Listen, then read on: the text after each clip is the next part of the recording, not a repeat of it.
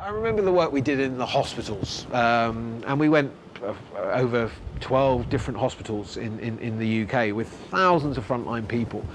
And, you know, many of these people are working in a really, really tough environment. They're working for sometimes a minimum wage. They're not being paid the money they certainly deserve, in my opinion. And they're often not overly motivated, or they also haven't really been motivated and engaged by the organisation itself. Many of the people we worked with in the hospitals were seen as second-class citizens to the doctors and the nurses, the heroes. You're just the cleaners and the porters. I'm not saying that everyone treats them like that. Clearly, though, you could see many of them were seen in that light. And so our brief was in half a day to transform how they saw their jobs, so that they didn't just say, you know, when you say, what do you do? I'm a cleaner. You would say, what do you do? And they say, well, I'm part of a team that helps people get better, that spreads a bit of joy in their life when they most need it, when they're sitting in a hospital.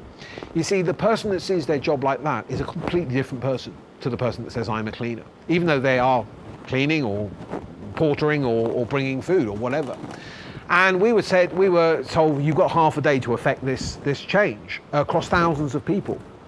And it was enormously challenging, huge fun, and the results for many of those thousands of people were tangible and robust and sustainable.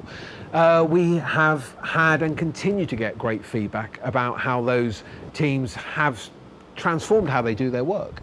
How has this affected the client? Well, the client's been able to ensure that their client renewed their contracts for 5 to 7 years, which is the kind of contract length, through delivering differentiated service. You know, we are not just going to deliver a cleaning and portering service. We're going to deliver all of that in such a way that it impacts the patients in a really positive way. So I think when you ask, you know, what's the biggest transformation, that's the one which stands out for me, because we didn't have much time. The groups of people we were seeking to influence, it was a big challenge. They weren't senior managers all bought in.